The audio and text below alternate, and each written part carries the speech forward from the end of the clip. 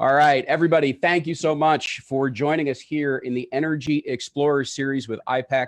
My name is Luke Iorio. For those of you that do not know me, I'm the president of the Institute for Professional Excellence in Coaching, iPEC. I'm also the host of the One Idea Away podcast, one of the other places that you may ultimately access this broadcast and interview through as well. And today, one of the things that we're going to be doing is diving into something we call the Energy Explorer. And so for those of you that have followed iPEC for a little while, one of the things you may know is that the mission of our company, the mission of our institute, is to raise the consciousness of the world one person at a time. And the way that we do that, the framework that we use, the philosophy, the construct that we've been using for over 2 decades now, is one that is based on energy, around energy leadership. The reason for that is that consciousness, meaning the way in which we view the world, the lens, the filters, all the experiences that we have ever had that shape the way in which we see, perceive, and interact with the world, that happens to have that consciousness, that awareness happens to have patterns to it. That pattern breaks down into energy and at different levels of energy. And this is one of the things that we talk about. And so we wanted to bring on a series of experts within our coach community to begin to share with you the way in which we are exploring energy. How are they doing it in their own lives? How is it working with their clients? How is it working within their business? And so that was the intent behind why we're putting on this series. So you can get a real inside look at the experiences of what it means to live this way, what it means to work this way, coach this way, and use consciousness within the very construct of all the different things that you're doing. Well, when we put it together, we also did not know that we would be quite in the times that we are experiencing right now either. And I think it's one of the things actually that's pretty interesting is that one of the things we talk about with our clients is that actually it's when you are under significant forms of stress, it's when you are effectively up against it or backed into a corner, that's actually when we start to reveal the most about our energy, about our consciousness. You know, that's the proverbial old phrases of that's when character is really seen. Well, for us, stepping actually beneath where that character comes from is our consciousness and our energy. That's what we're most interested in.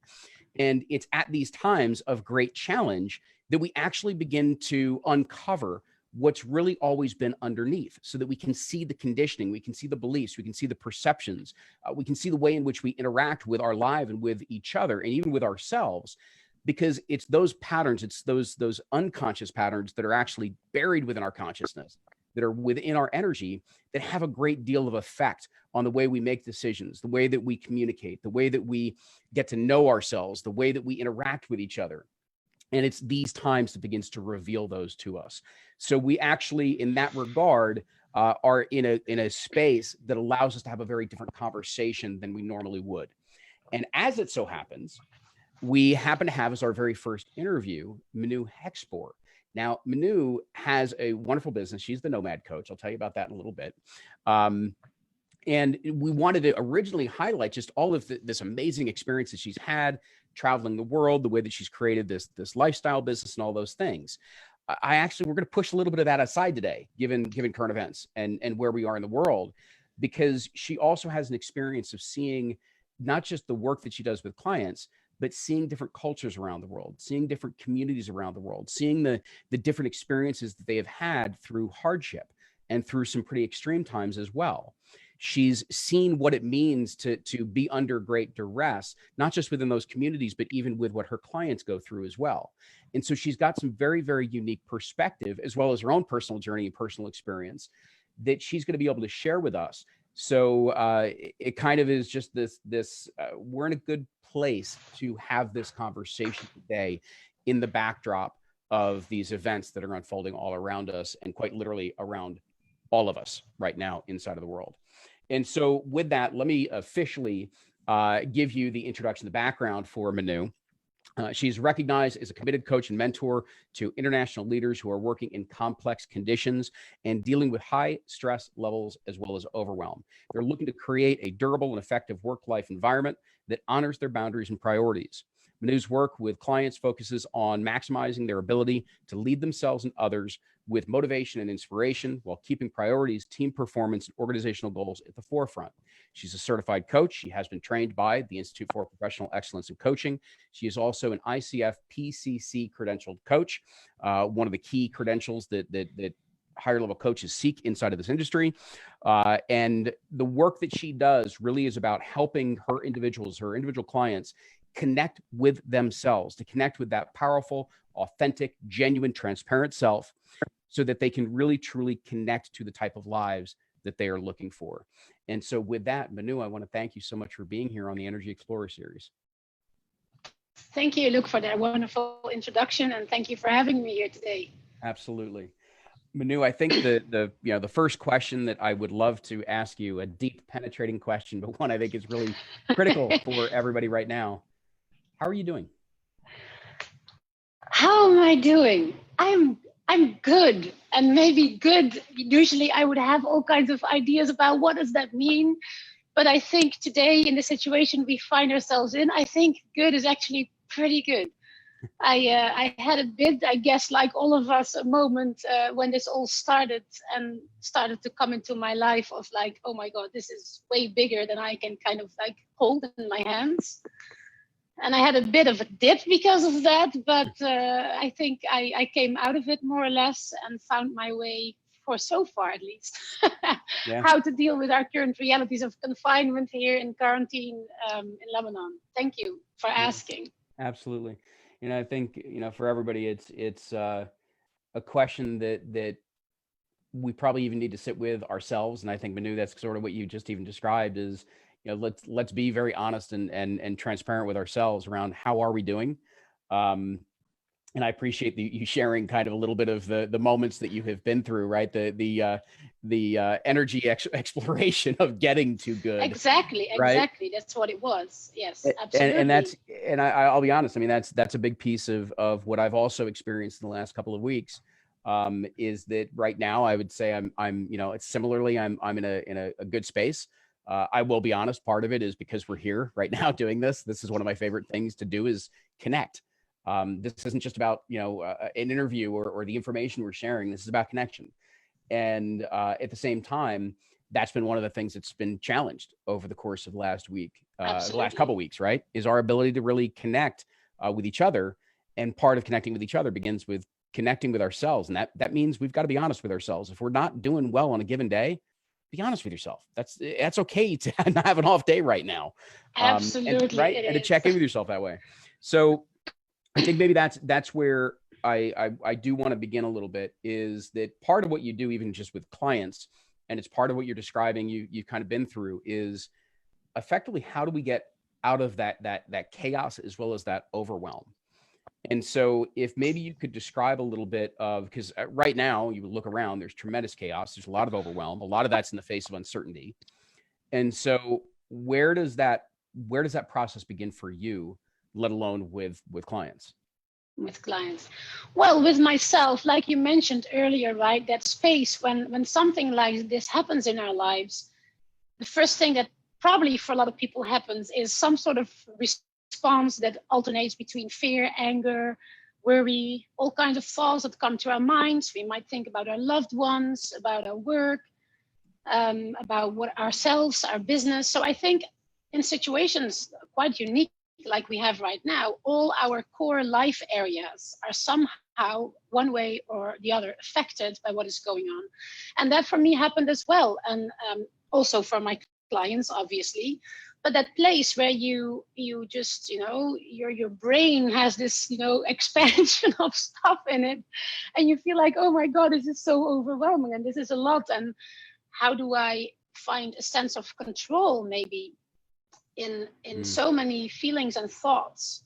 Because that's what overwhelm is, right? It's either a massive amount of thoughts that your brain is producing, or it's an overwhelm of emotion. I think at the moment we kind of have a combination of both of them, at least from me, that's definitely the case. So I think when we start with that and we find ourselves in that place, and I see that with my clients as well, and in reference to what you asked about how do we respond to that, when a situation changes like this, we tend to really have very high expectations of ourselves. Like, how do I, get my work organized when I'm working from home? How do I deal with the homework of my children? How do I deal with my colleagues? How do I approach how? And that whole pile of expectation just piles on top of us while our brain is still just trying to figure out what the hell just happened. Yeah. Right. So that combination makes even more stress, or creates even more stress in us. And I think one way of really starting to deal with that from a more logical perspective is maybe just acknowledging, like at iPEC and the methodology that we use as iPEC coaches is really the level 3 response, which refers to rational, logical mind, which could really help people right now in just coming one step above that feeling of like, oh my God, how do I handle this? But just starting to feel like, you know what? How can I manage my here and now, my today, the small things versus all those expectations that we might feel we have to deal with? And just start with, like you said, if your day is going to be okay today, that's just, that's great if your day is okay. So I think that is a really great starting place for people to actively and practically utilize their practical, logical thinking. So I want to go into that further in just a second. The first piece, though, that you brought up, or many pieces, but within that first piece that you brought up that I think is really critical, is that when we face uncertainty, when we face the unknown that we're in at the moment, as the exact example, obviously the elephant in the room, we reach for control. Right. That's what a lot of us do, right? Is we want, okay, let's put it all back together again. Let's organize yes. this, right? And I think you frame it very well, that all of a sudden we get these unrealistic expectations of, okay, well, I can do this and I expect it to have that effect. And I can do this over here and I'm expecting it to set me up that way for success, or to feel good again, or all of these things that we're trying to control.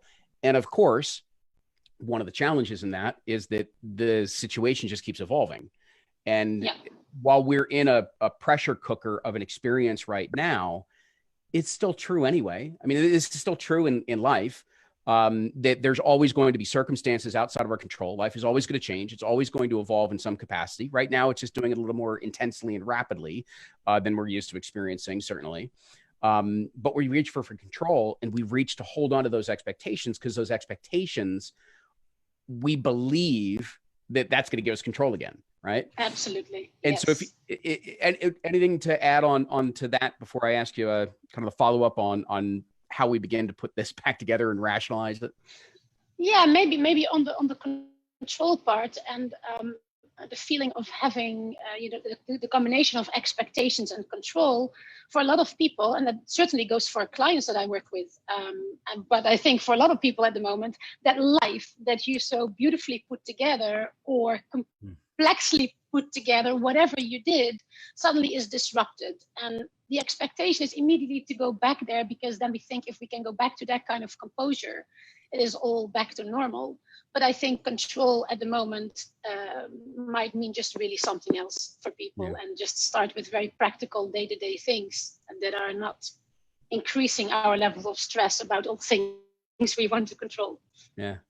So what you brought up in terms of what we refer to as level 3 within the energy self-perception chart, the energy leadership work that we do, has to do with kind of that ability to begin rationalizing, begin making sense of in some way. Now, I want to approach it just a little bit differently, because exactly as you said, with the overwhelm, trying to make sense of things right now is a really, really big task. And so instead, we're looking a little bit smaller than that. One of the ways that we talk about kind of using this part of our awareness is responsibility, meaning the ability to respond.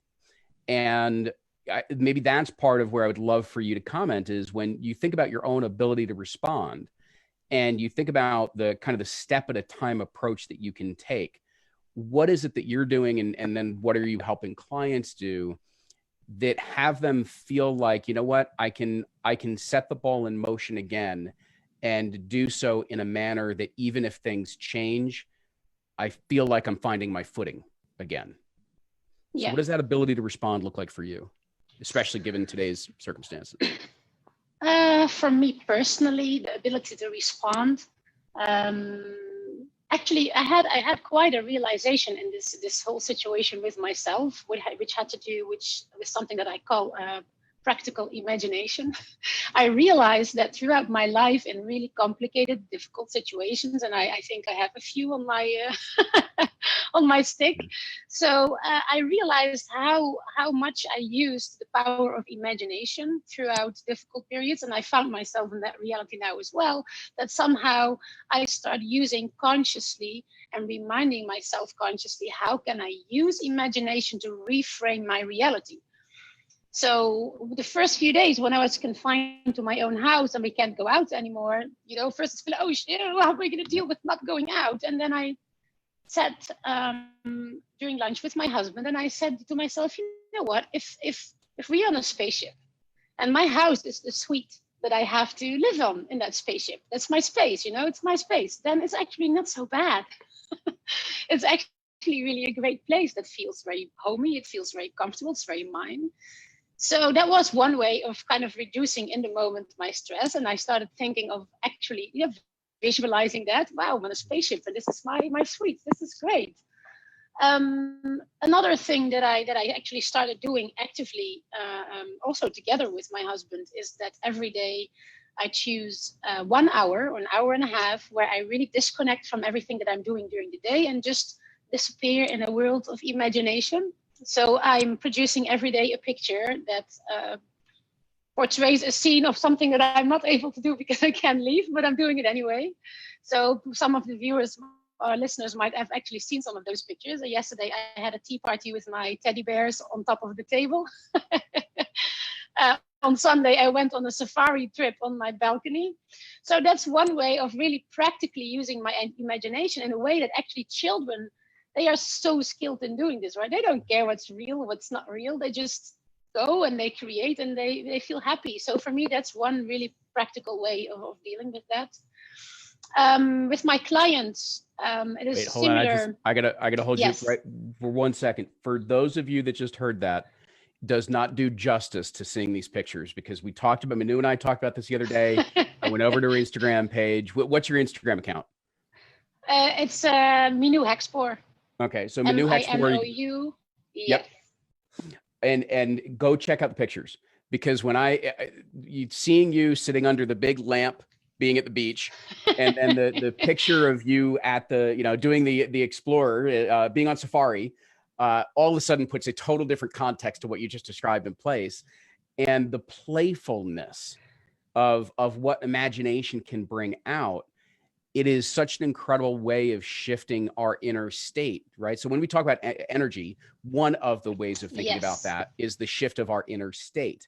And it creates, right? Now you're having fun, it's playful, you're quite literally making use of this unique circumstance that you find yourself in, and you're doing it in a way that literally lights you up.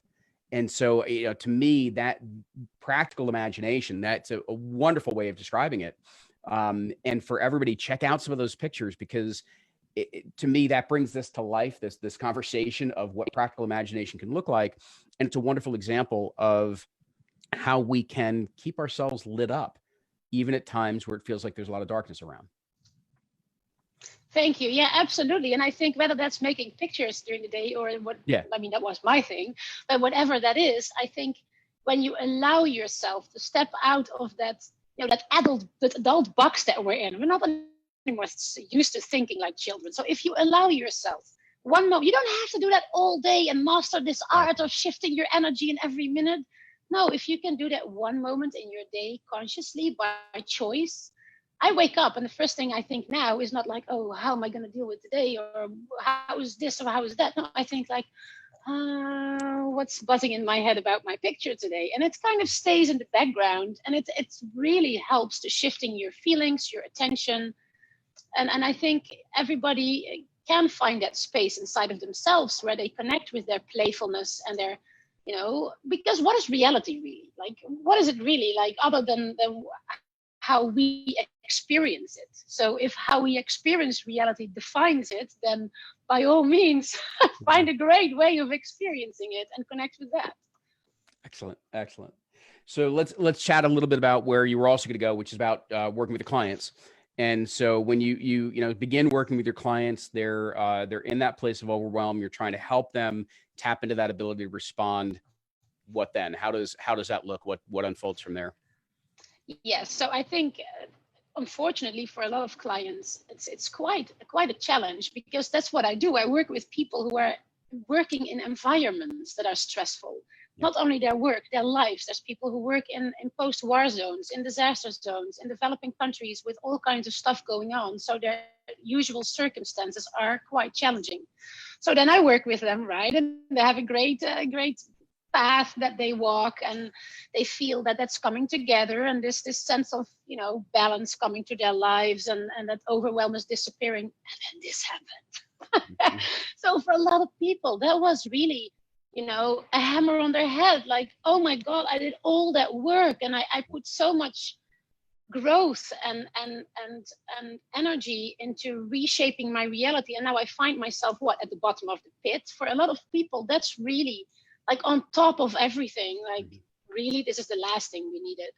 So what people struggle with is kind of like what I mentioned earlier, these expectation of like, I need to start running as fast as I can right now to get everything, my exercise, my work, my routine, my workspace, my personal space. How do I connect with my friends? How do I take care of the people that I'm responsible for? How?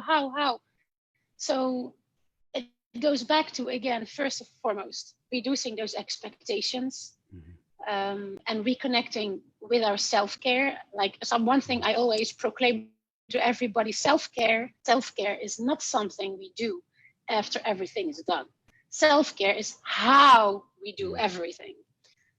So I believe that is really a great reminder for people when they feel overwhelmed. How we do things is how we take care of ourselves. So that's one thing that I focus on with my clients, to reconnect with themselves, how they feel positive about themselves, what they would want to feel during a day, not necessarily do, because we have 5,000 things we think we should be doing, but how do you want to feel today? And if you want to feel, I want to feel okay today, or I just want to feel a bit relaxed today.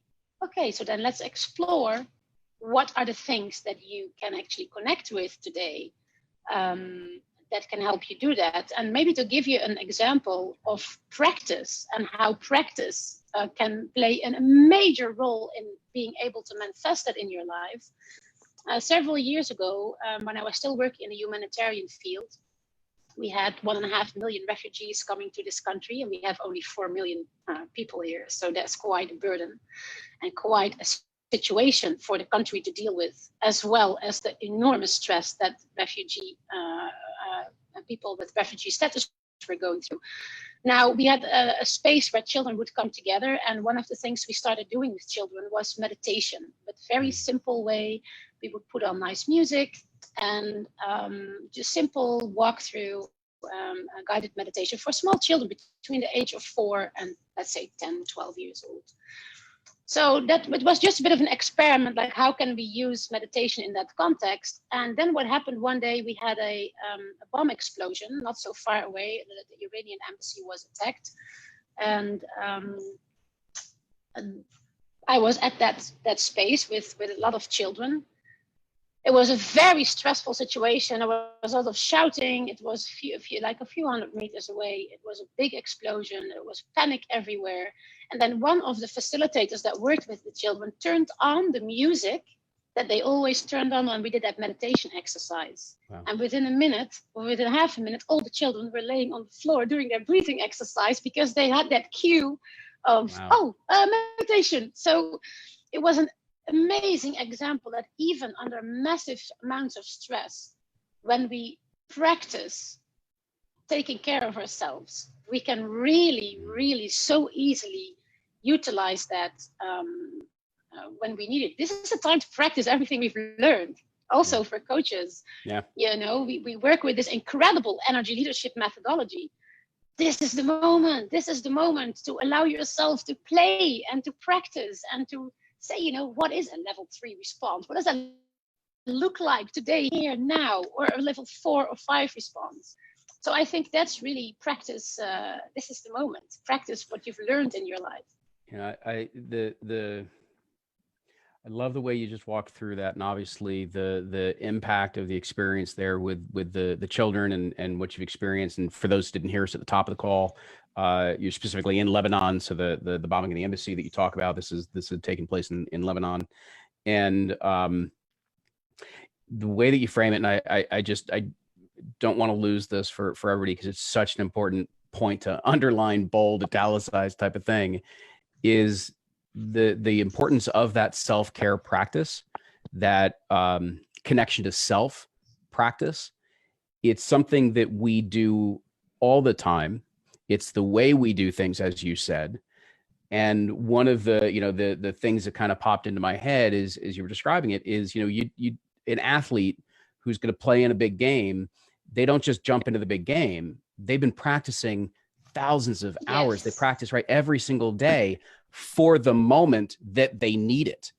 And I think that's where, we lose track. I love the reminder of self-care doesn't come after everything else is done, because that's so true, right? How many of us are doing that? How many people are listening right now? And it's like, well, yeah, I do my meditation, or I do these, I go for my walk, or I do whatever to reconnect myself. And I do that after I've done the other 100 things on my to-do list, which is why I never get to it. Right. And so we got to reverse this equation, because the self-care is actually what puts the quality of experience into everything else that we do. Absolutely. So, absolutely. God, that visual that to me, I just got this visual of the music going on and the kids one by one starting to lay down and take that time to reconnect. And it's so clear. And exactly as you said they knew that cue of self-care, that cue of the music, and it allowed them to go there when they needed it. Absolutely. And it was really amazing. Like, you saw all these parents running around in panic, and everybody was panicking. And all these kids, 4, 5, 6, 7 years old, were on the floor, breathing, starting their meditation. Like, okay, this is apparently what we do now. It was really amazing. And maybe when you talk about self-care, maybe one thing to add when it comes to things that I really work on also with my clients is, especially now for families who are at home and have a confined space of moving around, what happens to your boundaries and honoring your boundaries? And that also relates to self-care. What conversation do we start with our loved ones around us about respecting each other's space, each other's privacy, each other's, I'm here, so maybe I need a bit of space. Yeah. So I think a great way also to do that, and that also discuss that with clients, is to have that conversation with family at the dinner table. How do we deal with our own space and our boundaries now that we are all in such a small space? And and that's it. And again, it's such a at times maybe seemingly obvious, seemingly simple thing, but when we communicate what we need and we communicate our intentions before, and not like in the moment of okay, everybody get away from me, I need my space. Let's set that up a little bit, right? let's exactly. Have the conversation, right? Exactly. Because now, so instead of saying like, oh my God, you need to stop bothering me, you can just say, you know what? I really appreciate my own space once this moment or that moment, so I can be a better person today. Absolutely. So keep it to yourself. Yep. And so it to me, it removes, I won't say it makes any guarantees. What I will say, because this is so much of what we do, is that coaching is in a way about increasing probability, right? So that there is no guarantee, there is no absolute in this regard. You're not going to get an absolute result no matter what, but you can increase the probability that result's going to come about, right? And so when we communicate those intentions ahead of time, and then we get into a stressful moment, we're increasing the probability that we can turn to a loved one and say, you know what? I can recognize in myself, I need some space at the moment because I need to come back down. I need to recenter myself. Is it okay if I just get some space for that? Totally different conversation, right? Totally different moment. Absolutely. And I think, what you mentioned here, it reminds me of what we're actually all doing. We're kind of reestablishing a new baseline. Yes. And that new baseline requires communication. I mean, you're a father, you have two teenagers at home. Like, how is that working for you in a new space where you constantly now have to negotiate that in a different way? It's funny because it's one of the stories that came to mind because you mentioned meditation. I had a moment, maybe it was a little bit towards the beginning of this process, but it was maybe 10 days or so ago. And, I could feel that, I need time. Thankfully, my family knows that I do carve out very specific time for meditation. It's a critical part of my life. And I said, you know what, I need to, and it was me and my son kind of, getting at each other. And I'm like, you know what, I think I need the space to go meditate. And the thing that was amazing to me in this instance is my son came and meditated with me, which Beautiful. yeah. And so it was a totally different experience. And it's actually, I mean, it's had a lingering effect because of that moment. And so it is knowing how to, exactly as you said, Minou, is setting those moments up, meaning how have we cared for ourselves first?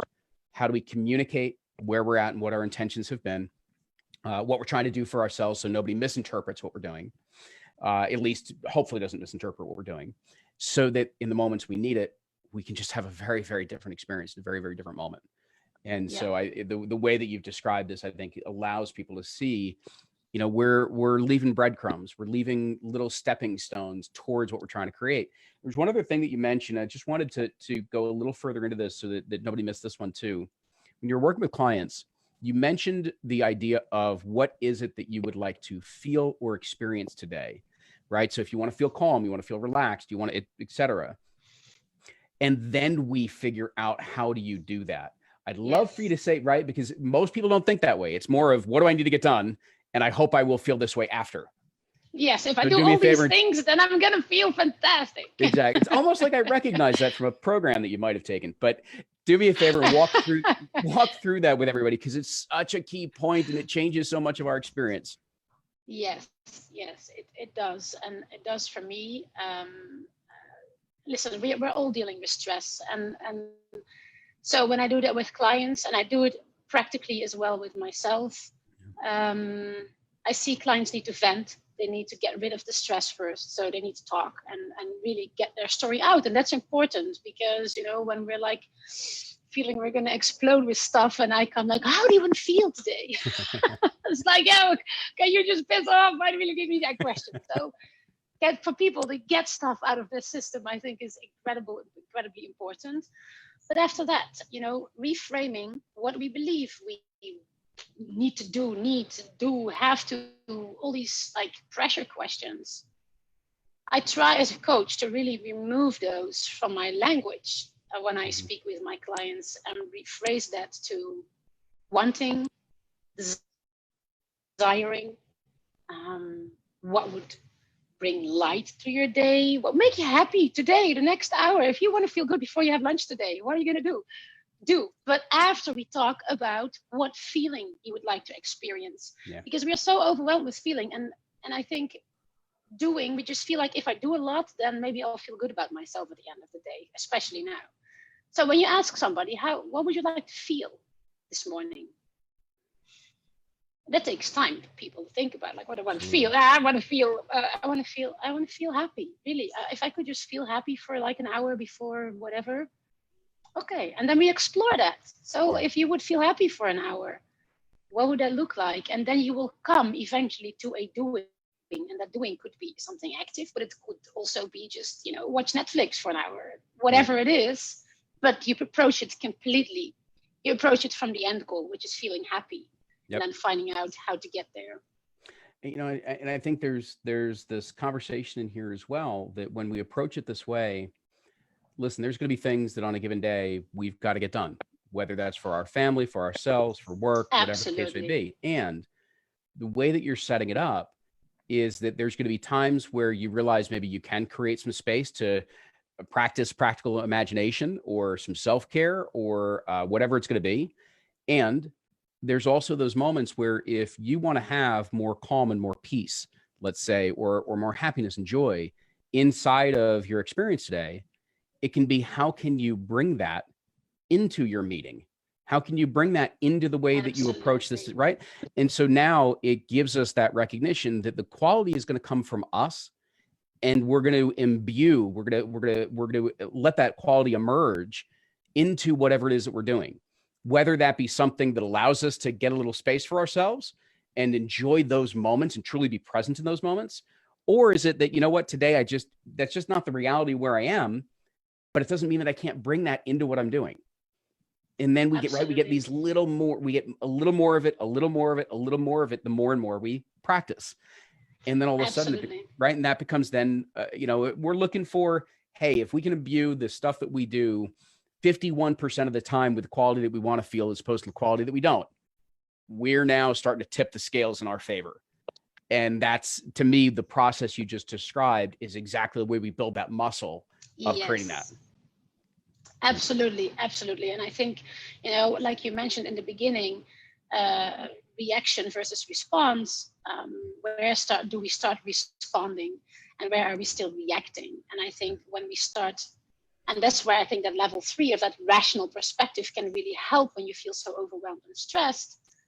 Just start with something. It's okay, it's okay. You're gonna get there. It takes time, and that's fine too.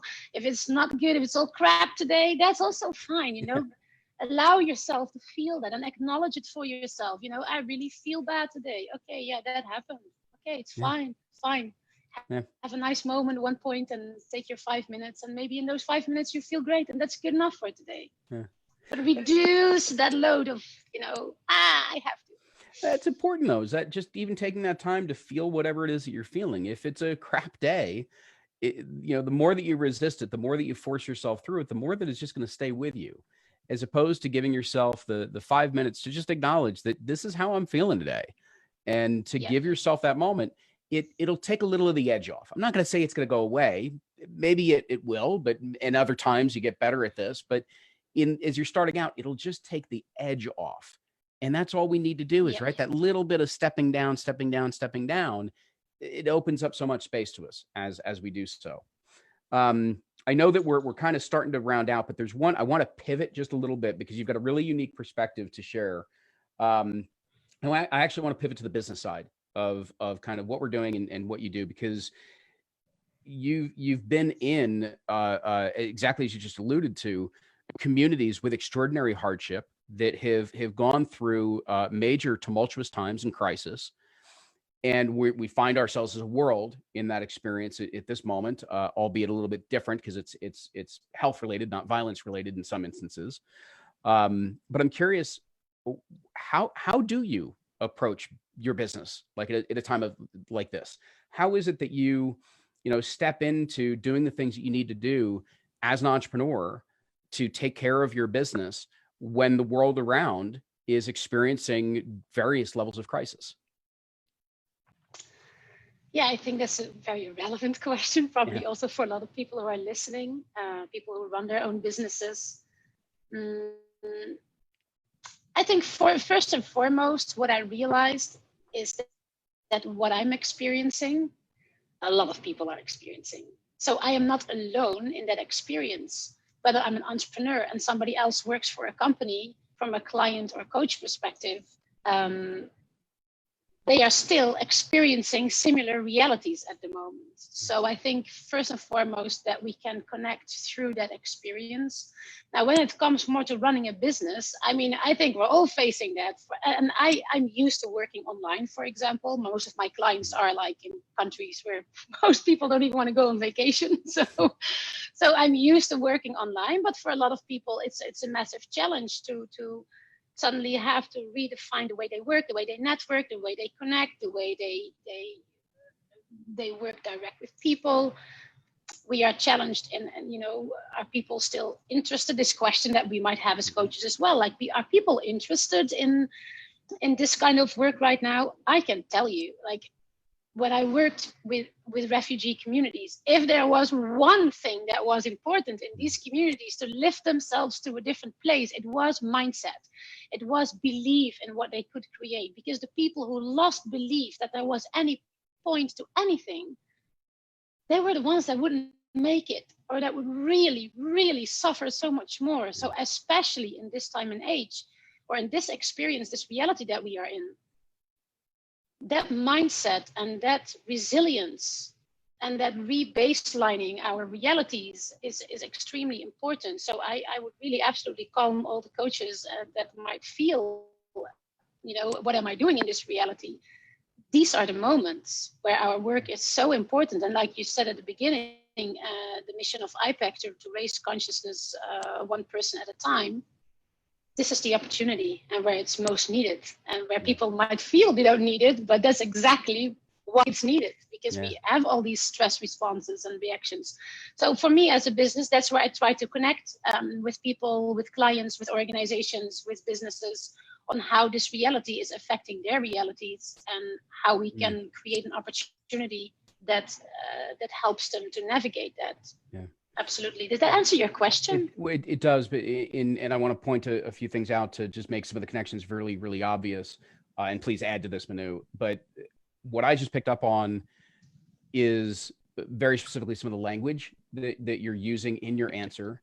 And the reason for that is that I don't want people, let me use mindset, even though you didn't use it this way, but I want to kind of show the disparity of what you're talking about versus what other people may assume it to be without having the inner knowledge of this. When we talk about coaching, we talk about working with somebody's mindset, we're not talking about having ultra positivity during times that are really, really struggling, right? You just said, how do we navigate this new reality? How do we navigate the realities of what we're facing? And how do we, and I think a wonderful word is, how do we have resiliency, and how is our mindset connected to that resiliency so that we can make choices that help us navigate the reality that we find ourselves in? And I think that's a big piece. And the fact that you begin that by recognizing you have some experience with what your clients are going through. And I don't mean past experience. I mean relevant present moment experience. And so that there's a rapport, there's an understanding that is there. And there is not a turning away from reality. There is not putting a positive spin on things. It's quite the opposite. It's looking directly at what we're facing, what we're feeling, what we're struggling with, and saying, okay, that's what is. How are we going to embrace the fact that that's what exists right now? And now what do we do? Now where do we go? How do we begin, exactly as you said, for us personally through this whole call? How is it that we begin to build brick by brick back towards where we want to go? And so I think there, in that in and of itself, I think is such an important reminder, in the very fact that you bring a context of, as you said, doing this in a variety of countries that have seen, unfortunately, massive struggle for decades. We're not talking a health crisis here. We're talking, they've seen struggles within their communities, absolutely, and their states and their nations for a really long time. And so I just wanted to point out the language you're using, because to me, the language represented the consciousness and the energy behind it. Anyhow, anything to add to that? I really appreciate it. Yeah, maybe just to feed into that, one concrete thing that I really like to use with clients on this, and that goes back to the methodology of iPEC, of 7 levels of leadership, of rewriting the story. So whether that's a life story or it's a small work story, I ask people to rewrite the reality through those different 7 levels of energy that we talk about at iPEC, and who they are being through those different lenses in that reality, in that moment, that meeting or that day or that crisis, and then reconnect with the parts in the different levels that they want to connect with, because they feel that's the most helpful thing to do in that reality. And I think that's a very concrete way of exploring mindset. Like you said, it's not about, just be positive and everything will be fine. No, it's about really getting deep and finding the connection where you can be the best of what you've got to give and what you've got to offer, because that's great and that's really helpful. The practice you just named of effectively restoring a few things. One, we have a very specific framework of energy leadership that we use for this. For everyone, even just that ability to rewrite your story, your experience of what you're going through at the moment, and write it from multiple perspectives. Let me just say it that way. From this time, if you don't have the background knowledge, it's fine. In writing it from, how am I experiencing it right now? If I was in a more calm state, how would I write this story? If I was my friend who has a different perspective over here, how would he or she write that story? If I were my mentor, my role model, how would they write this story? So that you're beginning to get perspectives. Those different perspectives just literally open up new space and possibility for you to explore. So you're no longer stuck in the single narrative that you find yourself in at this moment. And it's a really, really useful practical practice, just at the moment, practical application. And one that I will also add, there's a tremendous amount of research out of positive psychology and everything else as to the effectiveness of this approach. So this is something that has actually been researched, and it was specifically researched around those that were trying to, in some instances, get past trauma, and in other instances, just truly be able to shift through the state that they happen to be in. So there's a tremendous amount of backing with just that one simple approach to start with.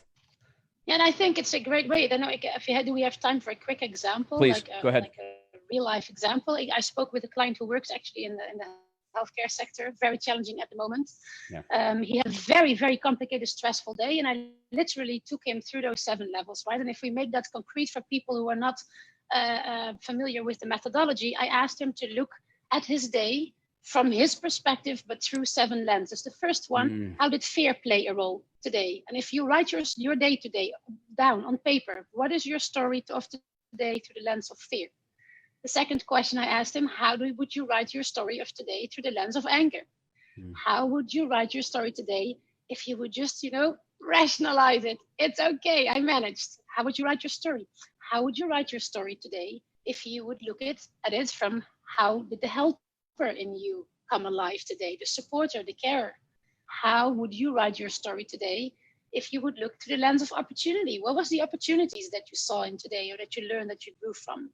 The 6th one, how did you experience today? What did that experience bring you today? And the 7th one is more of a state of how can you connect with the calmness in your day, or the creation in your day, the difference. So I think that's a really helpful way. And after that exercise, you can really ask people, what are the parts in rewriting those different stories that you would really want to tap into to utilize tomorrow when you go back to this chaos at work? Yeah. Excellent. Minou, I absolutely love the example, the exercise for people to be able to walk through if you're tuning in. Great for something for everybody out to just try out and to walk through for yourselves. Let me just ask this. Let's bring it full circle. We are at the end of our interview or conversation here today. And what are any maybe final thoughts, any final words of wisdom, any final reflections that you would love to just pass on to everybody that's tuned in today? I guess be kind to yourself. Really be kind to yourself. Lower your expectations. You're doing a great job. We're all collectively doing a great job. Connect with your loved ones. Talk with one another. Create your new baseline. Be creative. Be playful. There's a lot to be grateful for. If they're ever going to find out how much we have to be grateful for, it is this time, I think, in our lives. So connect with that gratefulness. Absolutely. Outstanding. Yeah. Minou, I want to thank you for being here. Please, for everybody, check out Minou Hexspoor. Exactly that on Instagram, Minou Hexspoor. You're going to find her there. You're going to find her on Facebook. Minou, what's your website? MinouHexspoor.com. Even Mind easier. the XS in the middle. Yes. HEXSPOOR. Yes. And so I do, everybody please, check out what Minou is up to. Those of you that are out there that have already found iPEC, you can go to ipeccoaching.com to learn more about what we're up to in the world. Certainly something totally different from the programming we do. On our Facebook feed, if that's how you happen to be connecting to us today, we are 5 days a week right now at 11 a.m. We're doing something called Virtual Unity, which is really just connection time for our community, for anybody that's plugged into us, any of the clients of our coaches. It's time where we're sharing grounding, we're sharing meditations, we're sharing stories, we're sharing just connection time. Right now, that's what I'd love to point everybody to, because I think exactly as Minou you just said, is now's a great time for us to really reflect on what matters and what is it that really is truly most important within our lives, and how can we be grateful for those aspects and to really concentrate on them. We had gotten distracted with the busyness of our lives and our world, and right now we are quite literally being brought home again. And so let's use that time, right? And so Minou, I want to thank you for being here. For everybody that was able to tune in this morning or this afternoon or this evening, wherever in the world you happen to be right now. I love the fact that we're global, so we're stretching out all around in those regards. I want to thank you guys for tuning in. I want to thank you for being here, for connecting with us. Continue to leave any questions or comments on the feed. We will get to those, and certainly we'll tag Minou if there's anything specifically for her. But thank you for tuning in today on the Energy Explorer series. It's been our honor to be with you. Thank you. And thank you for having me with you, Luke, today. Absolutely. Thank you, everyone.